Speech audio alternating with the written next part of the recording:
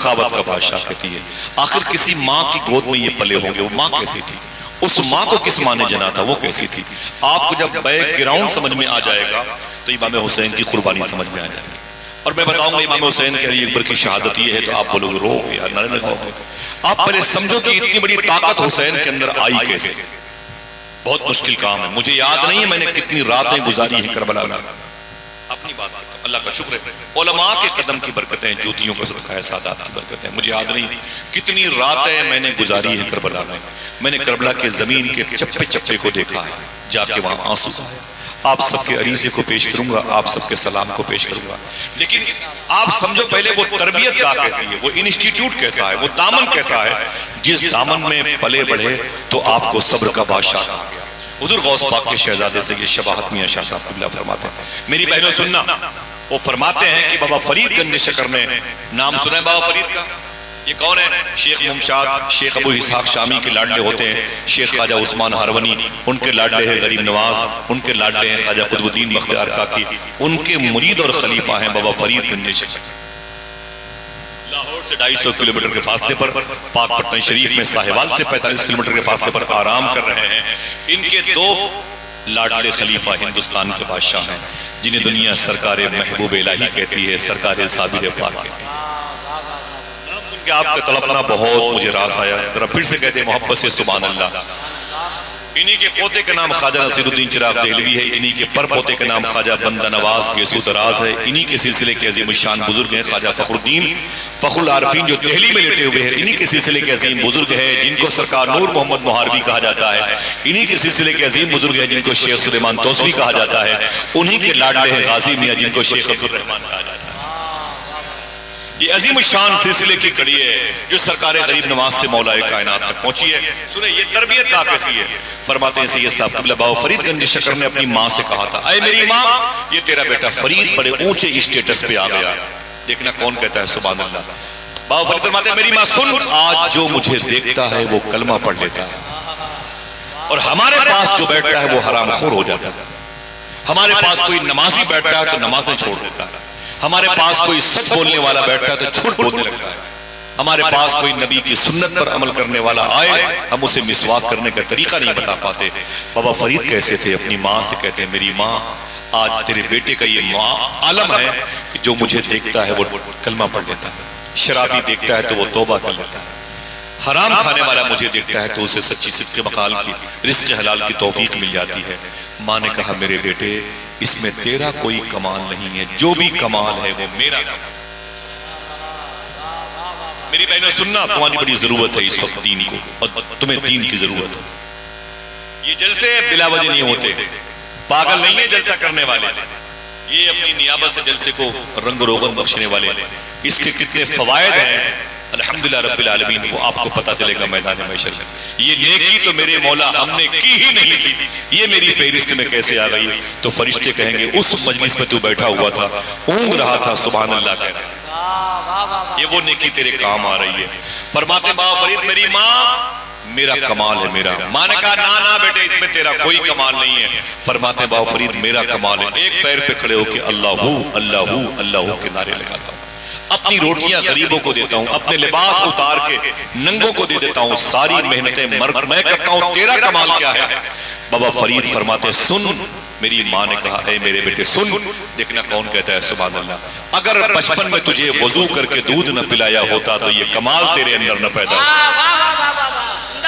اگر حسین شہید اعظم ہے تو کوئی خاص بیس ہوگا، کوئی ریجن ہوگا۔ اگر حسین سید الصابرین ہے تو وجہ کیا ہے؟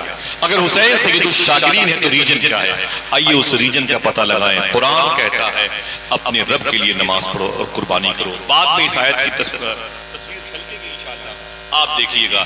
سنیں میں تھوڑی سی بات کرتا ہوں بیک گراؤنڈ کی۔ 12 دنوں تک آپ نے تقریریں سماعت کی ہیں۔ میرے آقا صلی اللہ تعالیٰ علیہ وسلم کی عمر شریف ہوئی جب 25 سال کی، کتنی؟ ایک آدمی بولے کتنی؟ جب 25 سال کی ہوئی میرے آقا صلی اللہ علیہ وسلم کی عمر شریف، اور حضور کی شادی نہیں ہوئی تھی، فرسٹ میرج حضور کی نہیں، باقی تھی شادی نہیں ہوئی۔ اس وقت مکہ شریف میں بڑی پیسے والی عورت تھی، اس کو دنیا حضرت خدیجہ کہتی تھی۔ اتنی بڑی پیسے والی عورت تھی کہ 40 اونٹوں پر اس کے لگیج کے سامان لدے رہتے تھے، ان کے باپ کا نام تھا خویلد، ان کی شادی ہو چکی تھی اور ان کے شوہر کا انتقال بھی ہو چکا تھا. دوسری شادی کی تھی اور اس شوہر کا بھی انتقال ہو گیا تھا. اس سے ان کا ایک بیٹا تھا. مخدومہ خدیجہ کہتی ہے میرے دل میں نفرت پیدا ہو گئی مردوں سے. میں کسی مرد کو دیکھتی تھی مجھے گھٹن ہوتی تھی، میں ان کو اب دیکھنا نہیں چاہتی تھی کسی مرد کو. 2 مرتبہ الگ الگ موقع پر میں ان کے نکاح میں تھی اور یہ دونوں مرد مجھے شوٹ نہ کیے، راس نہ آئے اور دونوں انتقال کر گئے. میں بیوہ ہو گئی. 40 سال کی عمر ہے خدیجہ کی، ابھی بھی مگر حسین ہے، خوبصورت ہے، بڑی وضاقتہ کی مالکن ہے، نفیس طبیعت کی مالک ہے. سبحان اللہ. وہ کہتی ہے میں نے شادی کا خیال دل سے نکال دیا. ان کی سہیلیوں نے کہا خدیجہ تیری عمر ہی کیا ہے، پیسوں پہ کھیلتی ہے، شادی کر لے. فرمایا مجھے مردوں سے نفرت ہے، مجھے شادی نہیں کرنی ہے. اس وقت حضور 25 سال کے تھے. کتنے؟ 25 سال. حضور کی شادی نہیں ہوئی تھی اور مخدومہ خدیجہ کے 2 شادیاں الگ الگ موقع پر ہو گئی تھی. دیکھنا کوئی ہے جو حضور کے حسن کو دیکھ کے سبحان اللہ کہے. امی خدیجہ کہتی ہیں ایک دن میں مکہ شریف کی گلی سے گزر رہی تھی، سامنے سے حضور آ رہا ہے. میرا محبت سے کہہ دو سبحان اللہ. کہتے ہیں میں نے کبھی حضور کو دیکھا نہیں، حضور کی آنکھیں نہیں دیکھی، حضور کے لب نہیں دیکھے، حضور کے رخسار نہیں دیکھے، حضور کا ذقن نہیں دیکھا، حضور کا صدر مبارک نہیں دیکھا، حضور کے بازو نہیں دیکھے، حضور کی پاکیزہ پاؤں شریف نہیں دیکھی، زلفیں نہیں دیکھی. اللہ اکبر. جیسے ہی دیکھا آواز آئی دل سے، ایسا چہرہ آج تک میں نے کبھی نہیں دیکھا. آواز آئی اے خدیجہ دیکھتی بھی کیسے، بنانے والے نے دوسرا محمد بنایا. جو حضور کو دیکھتا تھا وہ یہ کہتا تھا مرہار سنگار تمہیں سے ہے، بگین میں بہار تمہیں سے. میرے آقا صلی اللہ علیہ وسلم کے حسن کو دیکھا تو مخدومہ خدیجہ کہتی میں وارے گئی، میں تو قربان ہو گئی. میرے دل میں مردوں کی طرف سے نفرت تھی لیکن حضور کو دیکھا تو محبت پیدا ہوئی. میں نے پتا کیا کہ کیا حضور کی شادی ہوئی. آمینہ کے لال کی محمد عربی صلی اللہ علیہ وسلم کی شادی ہوئی. پتا چلا شادی نہیں ہوئی. میں نے کہا میری تو 2 شادیاں ہو چکی ہیں، میں اس وقت پھر بھی بیوہ ہوں.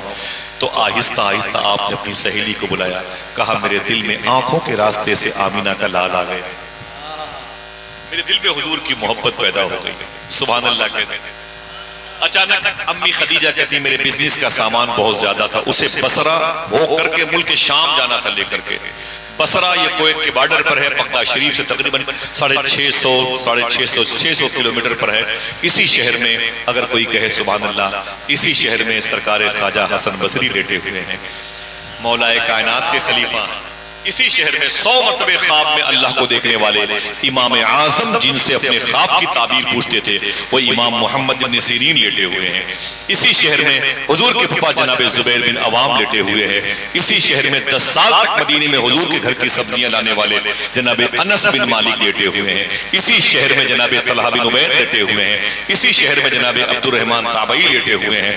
اسی عظیم الشان شہر مبارکہ میں بڑے بڑے اجل صحابہ کرام آرام کر رہے ہیں. میں نے کئی مرتبہ اس شہر کی زیارت کی ہے. اسی شہر میں رابعہ بصری بھی پیدا ہوئی. ایک روایت کے مطابق ان کی مدار شریف وہاں ہے، ایک روایت کے مطابق فلسطین میں ہے. اللہ فلسطین کے لوگوں پہ کرم فرما دے.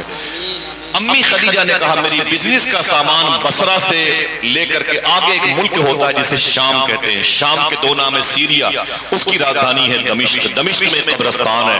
دیکھنا کوئی سبحان اللہ کہتا ہے کہ نہیں. اسی قبرستان میں حضرت عمر بن عبد العزیز آرام کر رہے ہیں. اسی شہر میں سلطان صلاح الدین ایوبی لیٹے ہوئے ہیں.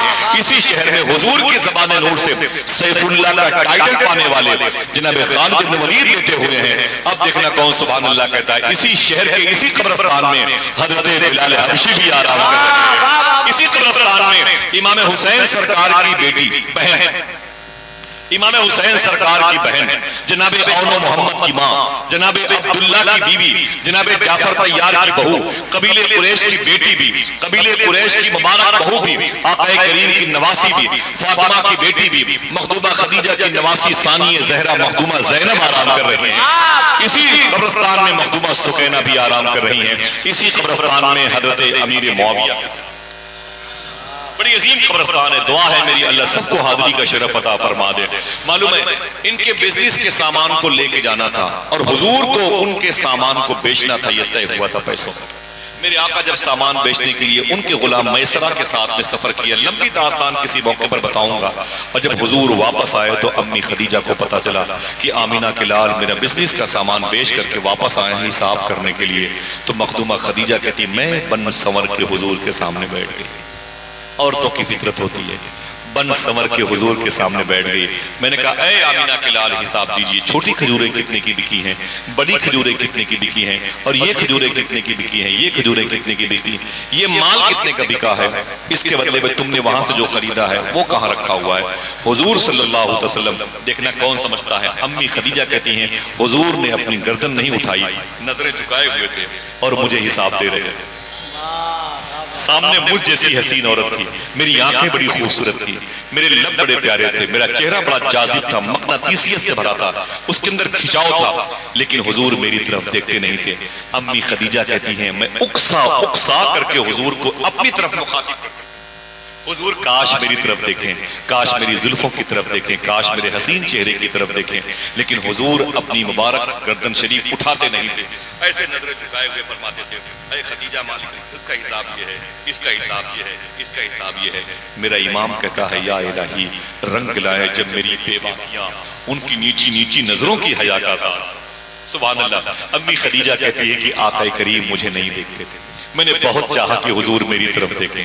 ایک مرتبہ حضور کی نظر کرم میری آنکھوں کی طرف آئے، میرے چہرے کی طرف، میری زلفوں کی طرف، لیکن حضور نے میری طرف دیکھا نہیں. امی خدیجہ رضی اللہ تعالی عنہا فرماتی ہیں میں وہ عورت ہوں جس کے سامنے بڑے بڑے امیروں کے لڑکے، بڑے بڑے رئیس زادے، بڑے بڑے پیسوں والوں کے بیٹے جب حساب کرنے کے لیے آتے تھے نا تو حساب کم دیتے تھے، چپ کے مجھے زیادہ دیکھتے تھے.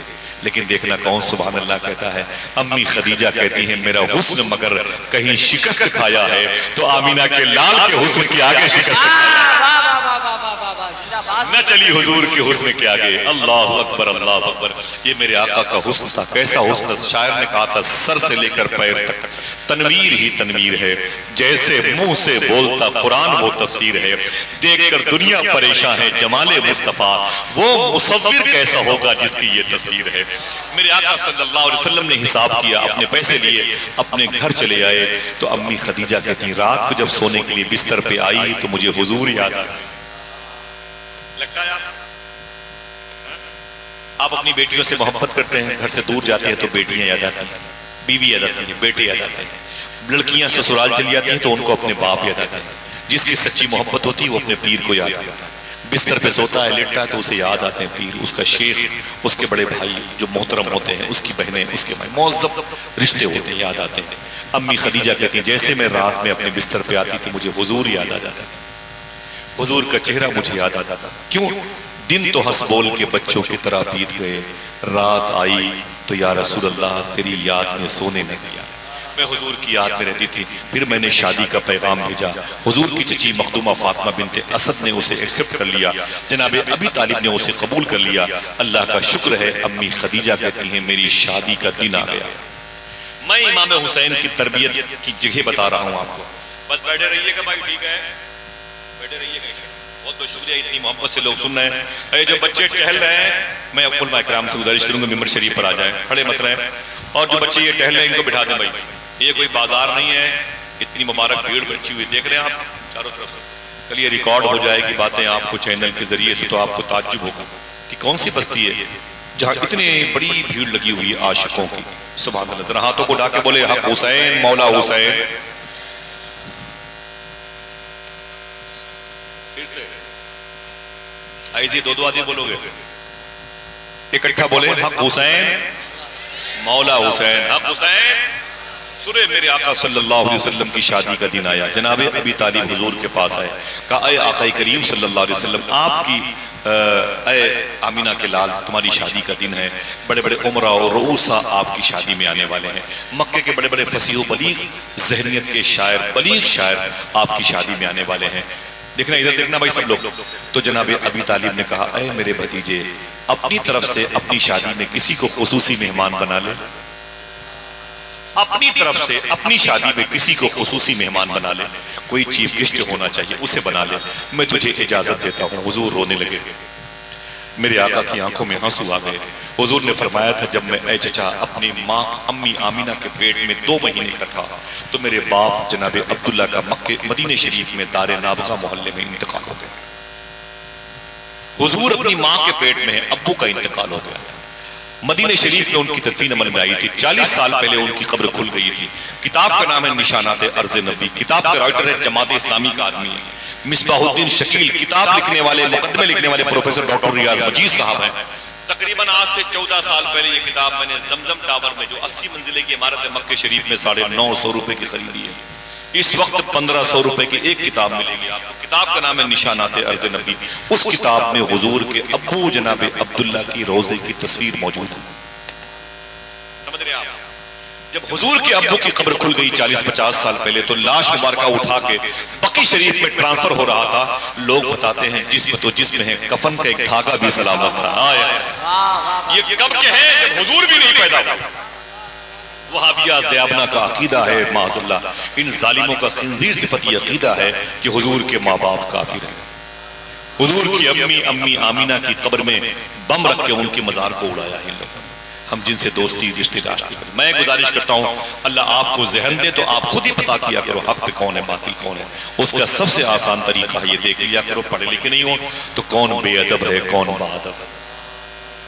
جناب حضرت عبداللہ رضی اللہ حضور فرماتے ہیں چچا ابی طالب میرے ابو کا انتقال مدینہ شریف میں ہوا تھا جب میں اپنی ماں کے پیٹ میں تھا. جب میں آیا زمین پر 6 سال کا ہوا تو میری ماں امی آمینہ کا انتقال مدینہ اور مکہ کے بیچ میں ابوا شریف میں ہوا تھا اور پھر میں بغیر ماں کے ہو گیا بغیر باپ کے. پھر میرے آقا رو کے بولے جب میں 8 سال کا ہوا تو میرے سرپرست جناب عبد المطلب جو میرے دادا تھے میرے خاندان کے مکھیا تھے ان کا انتقال ہو گیا. حضور فرماتے ہیں زمین پر میرا کوئی نہیں ہے. آپ نے میری پرورش کی ہے, آپ نے میرا بڑا خیال رکھا ہے. چچا آپ مجھ سے کہتے ہیں کوئی چیف گیسٹ بنا لے, اگر آپ اجازت دو تو میں نے ارادہ کر لیا ہے کہ ایک ایسی ذات ہے مکے میں جسے میں اپنا چیف گیسٹ بنا سکتا ہوں. دیکھنا کتنے لوگ سبحان اللہ کہتے ہیں. اگر یہ جملہ اچھا لگے تو اسے یاد کرنا. علامہ مختار احمد نعیمی شاہ صاحب اللہ فرماتے ہیں حضور نے کہا تھا میں اپنی شادی میں, کوئی چپ نہ رہے گا, حضور نے فرمایا تھا میں اپنی شادی میں جسے خصوصی مہمان بنانا چاہتا ہوں وہ کوئی اور نہیں میری ماں امی حلیمہ ہے. امی حلیمہ اگر آپ نے اپنی ماں کے نام پر ہاتھوں کو اٹھا کے بولو سبحان اللہ, اونچی بولو.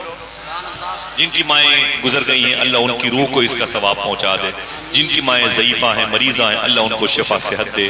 اس کا ثواب فلسطین کے بچوں کی روح کو نظر فرما دے. آمین کہہ دیں. میرے آقا فرماتے ہیں میری ماں امی حلیمہ ہے, میں چاہتا ہوں کہ میری ماں خصوصی مہمان ہے. کوئی بیٹا جس نے اپنی شادی میں اپنی ماں کو چیف گیسٹ بنایا, ایک ایسی ذات ہے وہ آمینہ کے لیے.